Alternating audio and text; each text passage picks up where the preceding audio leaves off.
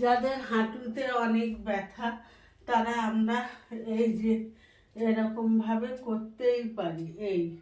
এই আনবো, আবার যাব, আবার আসবো, আবার যাব, আবার আসবো, এইরকম করে আমরা পায়ের ব্যায়ামগুলো করতে পারি।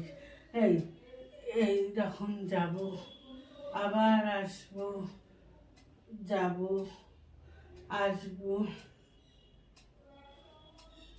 এই ব্যায়ামগুলো করলে খুবই পা ভালো থাকে, সুন্দর থাকে, আর খুবই ভালো লাগে। হ্যাঁ, আবার এইরকম করব, করে এই যাব, আবার এই আসবো, আবার এই যাব, আবার এই আসবো, আবার এই যাব। তাহলে আমাদের এই হাঁটুর ব্যায়াম এইভাবে ঘোরাবো, এই